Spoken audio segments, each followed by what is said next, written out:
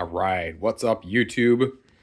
I'm starting to do a thing I do a lot of Halloweens, just make a costume for my daughter. So I want to make a video describing what I know of this pattern. This is the Simplicity 2333 and some of my process. And I'm, not an expert at any of this stuff. I'm just a dad who wants to make a costume and believe that I can. I started making these. My daughter's going into middle school now, but I started making these when she was born. I didn't know anything about sewing. I didn't know anything about really any of this design and so on. So this is both a refresher for me because each year I kind of forget how to do some of this, and it's also hopefully it's helpful for somebody who might be a first time costume maker. So I've done at least one of these some year in the past, and I'm going to try and outline what I can now. This is sort of how I get started, though, which is one of the hardest parts, or one of I've come to feel, I think, one of the more important parts, because there's a lot of stuff that can go wrong. There's a lot of planning that you really need to do to get one of these costumes ready. So when you open up one of these costumes, well, actually, let me start here. My daughter wanted to be the Mad Hatter. She's going to go with some other friends who are going to do some Alice in Wonderland costumes. So Simplicity has this costume, and I thought, okay, this seems pretty good. One of the first things that you need to do, and that I made a mistake of, is they'll frequently come in sizes. So the back of the costume, the back of the pattern will describe the costume, what is going to come in the costume, and then it has some measurements that you can make on the chest and hips, and then you decide which size of pattern that you want to make and decide whether or not it actually fits. At least one year I bought the wrong pattern, and one problem or challenges, fabric stores are often not returning, they don't allow returns on patterns, and they can be fairly expensive too. As a tip, this one is retails for $17. As a tip, you can very often get these online for a fraction of the cost. I don't think I've ever paid anywhere close to what the retail price is. This one I got, I think, from Etsy for like $6. After tax and shipping, it was probably closer to $10, but still well discounted from the printed price. And I'll also describe why I think this one has been discontinued and why I'm kind of glad that Simplicity is discontinuing it in a minute or two. So the first step, though, is to figure out, are you buying the right size costume, or is there a right size, and make sure that you buy the right size. Because inside the pattern, this pattern has extra small, small, and medium, I believe is what it tells me here. So extra small, small, and medium is what comes in this packet. One year I bought the wrong one. Inside the packet, then, you will have a set of instructions similar to this. I think I've always gotten Simplicity. Maybe I've gotten Berta or one of the other ones before. But the instructions, I think, are similar, and there will be descriptions about all the different pieces that you'll have to cut out, techniques about how to do sewing stuff. In general, I've read and interpreted as much as I can, but I frequently rely on other YouTube videos to know how to do a specific technique or how to use my sewing machine, because that's always hard. Then the patterns usually come with multiple different costumes, and there'll be some specific pieces that you'll need from these giant sheets, I'll get to in a second, that you're actually going to use for the specific costume that you're going to make. So in my case, this costume has Captain Hook, which is really the costume it has, and then the Mad Hatter is sort of like an afterthought on this one, and it's a pretty bad Mad Hatter pattern, unfortunately, in this costume, I've learned.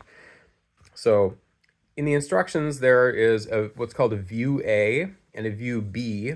A is Captain Hook and B is the Mad Hatter. So what I want to do is I want to get all the stuff that I need for the Mad Hatter.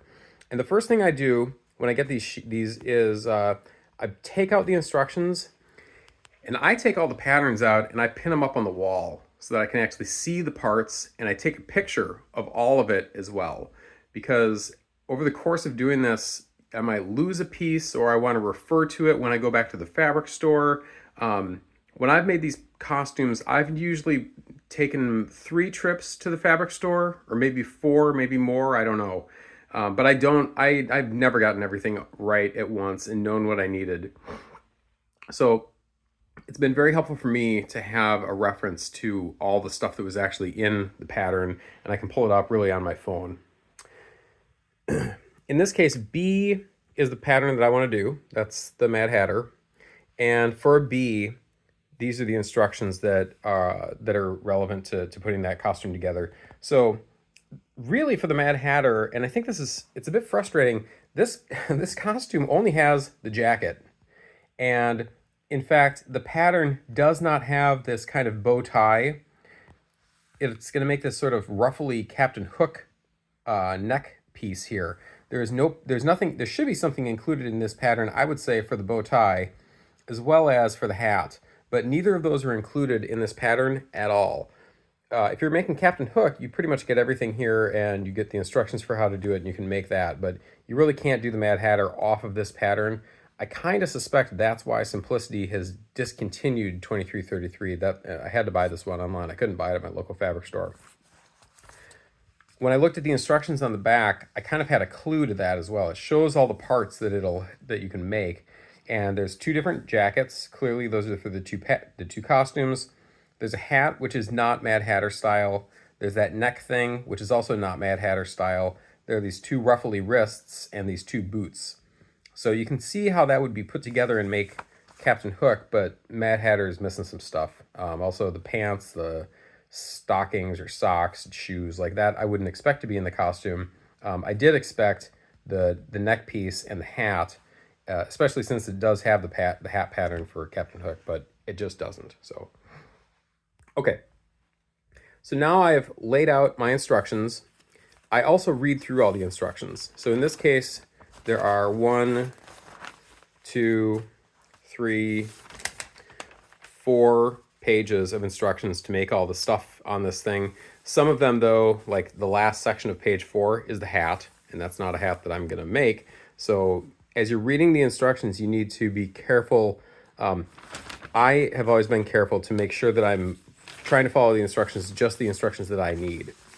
So since I'm doing view A, there's some special instructions for view A. I'm sorry, since I'm doing view B, there's some instructions for view B, and I want to omit the steps for view A. And I want to omit I don't need all the cutting information that I need for view A either, since I'm just doing the Mad Hatter jacket. The Mad Hatter costume is pretty straightforward. There's basically a jacket, which has an outer material, a lining, an inner material, and something called interfacing that I'd never worked with before. Interfacing, I'll show you some of the materials that I have here. I'll bring these over. I've worked with interfacing a lot because I've needed to for costumes I've made over the years. It's this white stuff. And this is called fusible interfacing. This one is fusible interfacing. That's what this costume calls for. And they're all different or a little bit different. But usually it's basically something that creates a little bit of structure inside the garment and gives it a little bit more, it's not quite so floppy, I guess is what I would say. And every one of them always comes with instructions, and they will give you instructions on how the interfacing is sewn in or ironed in or whatever it does to fuse to the material that you're working with. So there's interfacing. I've got a satin lining for the interior of the jacket and sort of a suede for the jacket. This seemed like it was going to be a pretty okay fit for something that looks kind of like how Johnny Depp looks as the Mad Hatter and the Tim Burton Alice in Wonderland. That was the look that we were kind of going for. So once you got all that, once you know what the pattern calls for, you'll get the materials that you need. And then I put it up on the wall. And the first thing I do is I go through, first I just kind of survey it and get a sense of like what all the stuff is and what I might need. And then I go through the instructions, and I use a highlighter. I use highlighters extensively in kind of taking my notes. For the coat, it looks like this is going to use pieces 1, 2, 3, 4, 6, 7, 9, 10, 12, and 14. So up in the cutting diagram, I highlighted those to get a sense of what are the things that I need. And I also took some notes on what they are. So 1, 2, 3, 4, those are all coat, coat, coat, coat. These are pieces of the coat. These are the sleeves. Here's another piece of the coat. That's the pocket. There's this ruffle. It calls for the ruffle, but I'm not going to make the ruffle. I'm going to do something else. I highlighted that because it's recommended. Actually, I guess I didn't need to highlight that one. The lining needs some other pieces. As we go into the next page of the instructions, there's the interfacing for view B. the jabot and wrist ruffle. So the wrist ruffle I do want to create. That's definitely going to go on. Definitely going to be a common feature for both the Mad Hatter as well as Captain Hook. But I don't want the jabot. I guess the jabot is the name for that neck piece. But 15 is the neck piece. 17 is the wrist ruffle. So I highlighted 15, but I don't actually need that one. Once I got my list of everything that I need, I go back to my pattern, and I start to go with another highlighter, or just with a highlighter. I use pink this year, and I mark each piece. I circle the pieces that I need. I don't circle the pieces I don't need. I'm in the middle of making all my highlighter marks right now. So on this sheet on the wall here, I've got number 4 up here. 24, I haven't highlighted that yet. I'm not sure if I need it. I might highlight it later. 15, that's the piece that I said I don't need. You can see here, it tells me on the pattern too, this is the jabot. Number 2, I've started to highlight, and I'll describe that in a second. 6, 7, 5, and number 1. So take a look at here what I did. Actually, we use number 1 instead because it's vertical. If I'm filming this, it'll be a little bit more easily legible. So I do want to use number 1. It tells me it's the coat bodice front. It tells me here, and it also tells me in the instructions, I think, that I'm going to cut 2 of the fabric and cut 2 of the interfacing. So this pattern is going to get used at least twice. Probably what's going to happen is, well, I'm getting ahead of myself. I'll come back to that a little bit in a minute. The marks that I do are, first I just circle the pieces that I need. Then I go through the piece and I try and find all the details that I need and that I need for the size, and make the markings about what those things are, so that I don't overlook them when I'm actually making the pattern or when I'm sewing the pattern. So here's what I didn't highlight. I'm gonna grab my highlighter now and mark that one so I don't miss it.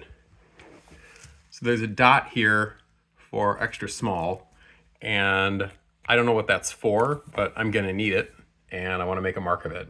And then I'm gonna cut it to this line for the extra small version of this costume. And the extra small version here goes here, and this is where I want to be cutting to make it extra small. I might make some modifications to the sizes as well. I've not done much of that because I don't want to screw it up, and I'm not a tailor, so I'm kind of conservative, but but you can, and there are instructions that describe how you can expand or contract the sizing a little bit if you need to. But I'm probably not going to do that, and I don't think I'd succeed at it. So, but I do need to make sure that I cut it along this line. And then as I'm coming down here, I want to make sure that I don't forget and accidentally cut, into this inner line, because where extra small goes may not be, it's not necessarily intuitive in your head, like, do I need to follow this line or this line?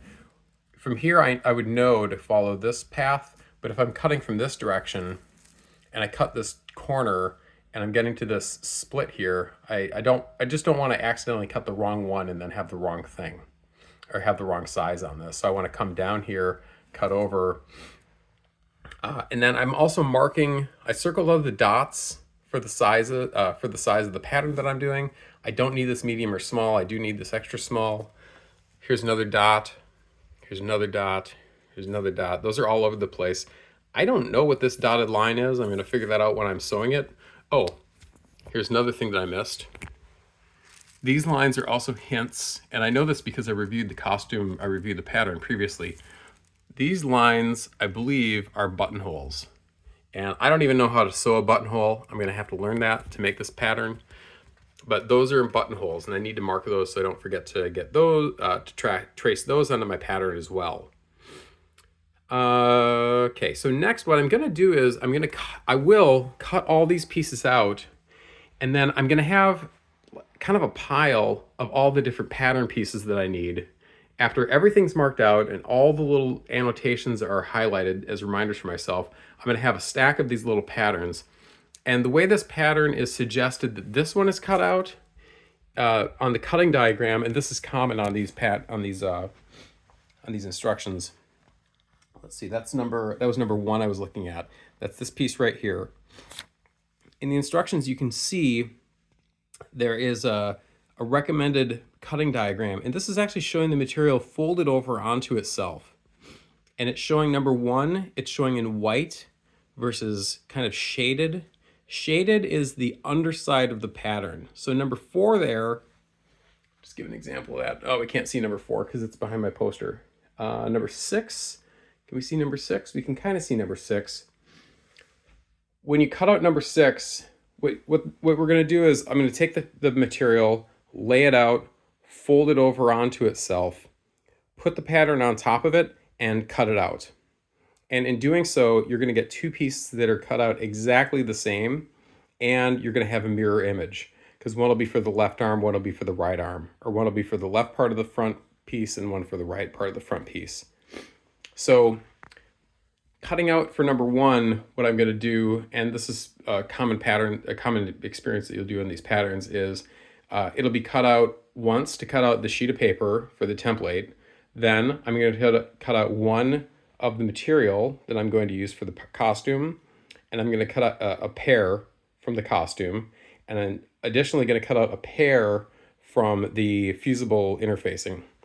So if we look at the instructions here, number 1 shows for the coat, I'm going to cut out pattern 1 off of this material, fold it over. It's going to give me the mirror images of those.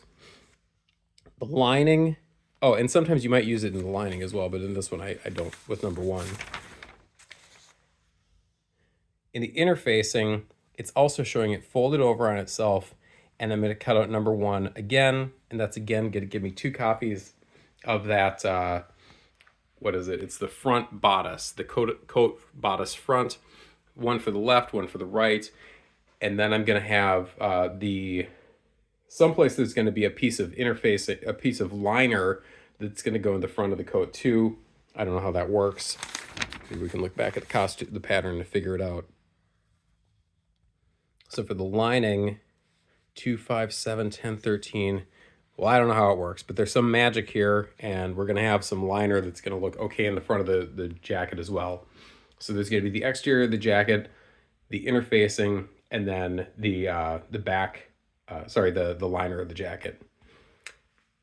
Another thing I wasn't familiar with are these things. These are called darts. So when you're cutting out the fabric, you will actually cut out that little notch out of the fabric or out of the interfacing as well. And that's helpful because that is going to show you when we're putting, so this is the front of the bodice.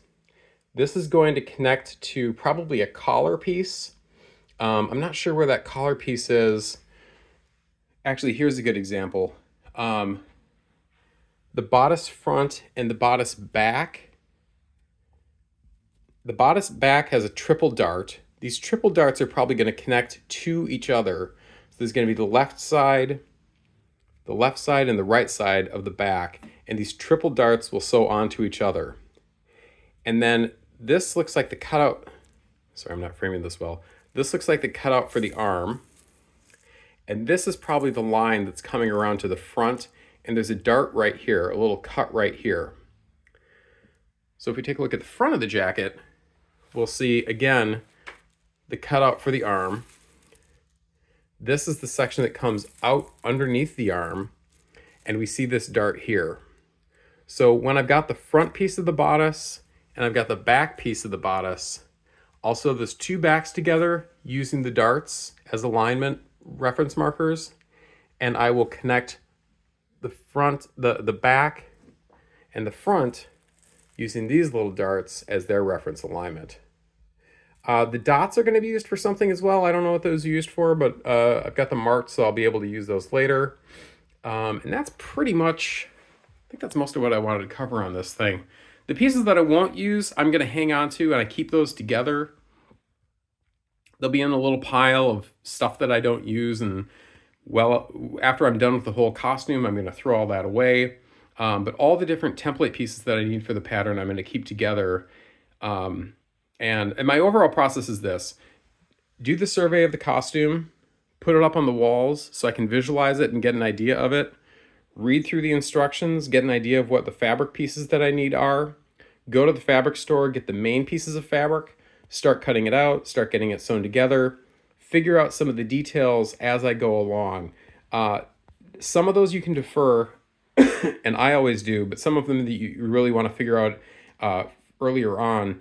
Details I'm deferring on this costume are, I know I need some things that are on the list here called notions. Where is that?